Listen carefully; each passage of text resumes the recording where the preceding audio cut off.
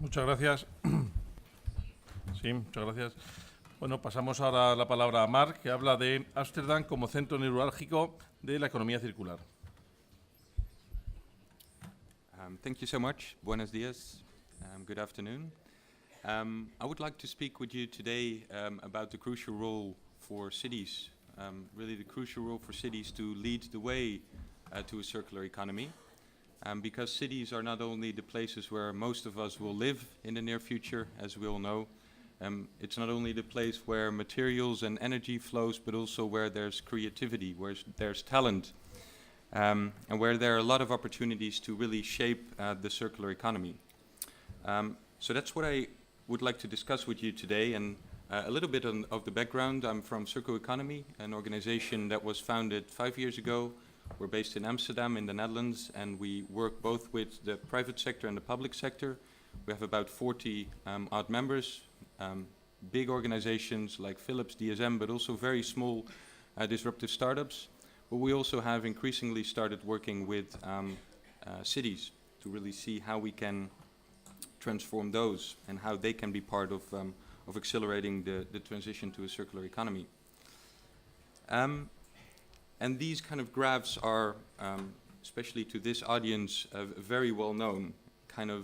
We know that we're on an unsustainable path because many of the trends that we have seen, driven by both increasing prosperity, but also population over the globe, we're really on a path where a lot of these trends are exponential, whether it's the use of paper, the use of coal, and many of those trends. So we really want to revert that to keep this planet livable. And really one of the first addresses today really stressed that message as well. And this was a bit of a retake of the picture that also Ian just showed. But it's really, well, what is then the alternative, the circular economy? So we are in our current linear economy, we're very good at using a lot of materials, investing energy, transport movements, labor, into getting it to the use phase. So you see a build-up of value there, and extremely quickly we incinerate it all the way to the right in this image. So we hardly are able to preserve any value there, and that's really the key and the essential element of the circular economy. How can you close loops and really make sure that you preserve as much value as possible, be it by the design, really thinking products through when you start designing them, or really how you reuse them at the end of life. And then I would really like to say a couple of things around employment opportunities really in the context of cities, because we know kind of the rhetorical numbers, the amount of 40,000 jobs in Spain was mentioned, and also for the Netherlands there was a report stating 54,000 jobs. But what are those jobs exactly? Is that unskilled labor, skilled labor? Is that kind of logistics? Are those people in SMEs welding metals together? What actually are those jobs? And I would like to speak a bit on at least for the city of Amsterdam, where we think those jobs could really materialize in an actual circular economy. But I also want to talk about the approach that we usually take with cities, kind of a 4-step approach to, on the one hand, take a city and create a vision for a circular economy in such a city, but also a roadmap. So really come with very tangible and practical solutions and interventions to make a circular economy happen, not only in 5 years, but also tomorrow. So really sketching the nearby opportunities, the low-hanging fruit, but also looking at fundamental changes that are required to set into motion now to materialize down the line. And I will illustrate this in the context of cities. And I would like to talk about 3 examples. So Amsterdam, where we have just finished our first project, Glasgow, where we're working with Ian and Zero Waste Scotland at the moment, and Brussels, where we are a part of a bigger consortium. And for all of these cities, I've taken out one sector that we looked at. So for Amsterdam, I focus now on construction, but we also look at organic waste. but that I would like to discuss for Glasgow and logistics in Brussels. So really in the approach that we take, I think many Senkai type diagrams has been presented this morning, but what we really want to start look at is basically a heat map of the city. So where are most of the materials, the energy, where is it used, but where are the most profound leakages in the system at the moment? For example, around demolition waste, 99% of that, at least in the Netherlands, ends up on the roads. How can you bring those back into the system? But also looking at employment and where the economic activity of a region is. And this is something we did for the first time in Glasgow, other than really the fact base and kind of have that in place around materials.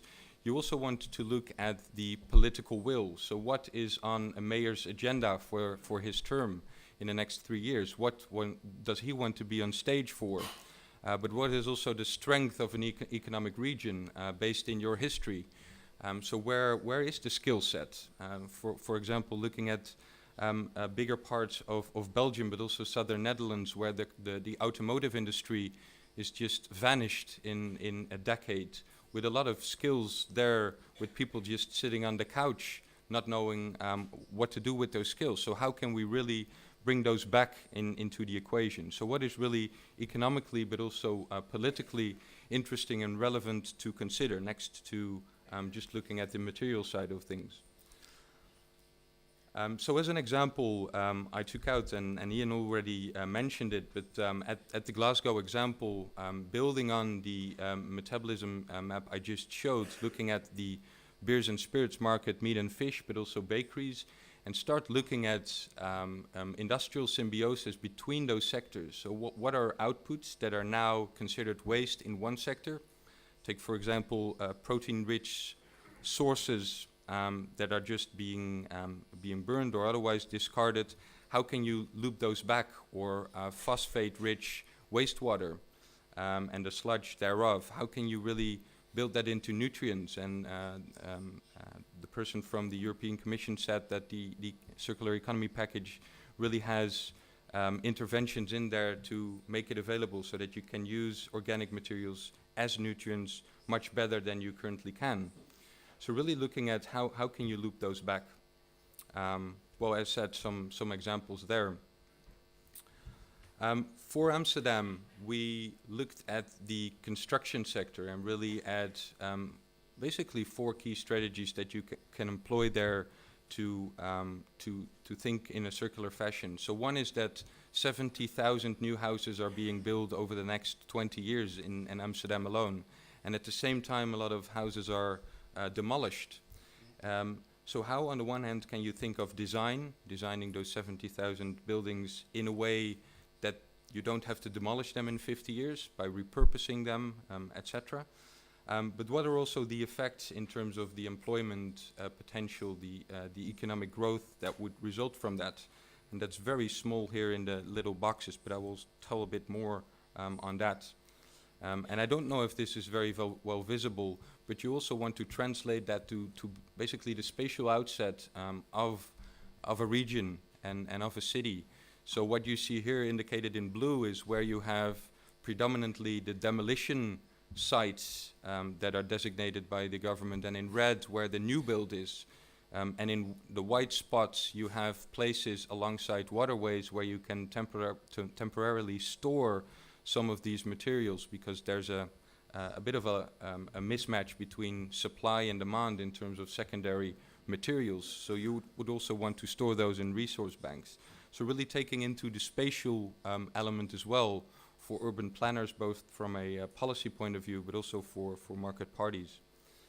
Well, this is an example of a great startup company that makes use of this demolition debris and really crushes those and bakes new bricks from those that you could reuse. So also looking and really mobilizing the strength of startup and SME organizations in that process is very relevant. And then as a last example, kind of the Brussels. So this was presented yesterday, and this is basically a heat map for the different transport modalities in Brussels. So by truck, by car, by metro, by waterway, by airport, where is, how are things moved around in the city, both people, but here focused on parcels, on bigger freights, etc. And where can you also see optimization of that system? Because as it currently is, we see that half-empty trucks go into the city, but definitely almost all trucks leave the city empty. And how can you optimize that system by really using actual and real-time big data to optimize that process? One example I wanted to take out is a project that we're now setting up with a couple of big textile brands around what can you do with post-consumer textiles, and how can you bring that back to sorting facilities to have it be reused and really be looping back into new textile production. So we set up an online platform called Circle Markets, where you can supply, where you can match supply and demand. And DHL is one of the recent parties to join that from a logistics point of view. So how can you, whenever a parcel with new clothes is delivered to your house, also take the waste textiles with you as well? How can you more cleverly start thinking about those processes? Which brings me also to the element of measuring circular economy, either what it is exactly, but also what the impacts of it are. And this is an example of what we did for the city of Amsterdam when we would move to circular construction, as I just showed, what the value creation could be. And here, 85 million euros on an annual basis could come from that, roughly 700 jobs, 500 kilotons of material saving, 500 kilotons of CO2 savings. So measuring that impact, I learned, is extremely important for local policymakers to really build a case. At the same time, some of these assumptions underlying these results are quite shaky, and you also want to become better in having more rigor in understanding how that goes about. But I think it's at least a first attempt to start building a case for that. And what I would like to conclude with is an ambition that we have and that we're trying to roll out at the moment in Amsterdam, which we call the Circle City Dashboard, which is around measuring the circularity in cities. So it's an online environment where cities can track how circular they are at the moment, also track their progress, and see what interventions can do better in terms of how circular you are as a city, but also cross-learn from different cities. So if you score better in Sevilla than in Amsterdam, for example, where it comes to source separation of waste, why is that? And how can we also take those learnings into account and learn from each other in a European setting? And I think that's great about seeing the turn-up on an event being organized here today, that there are a lot of people from Europe very eager to share those cross-learnings. So I'm very happy to see that and very happy to contribute in this way, I hope. Thanks again for inviting me, and thank you very much for your attention.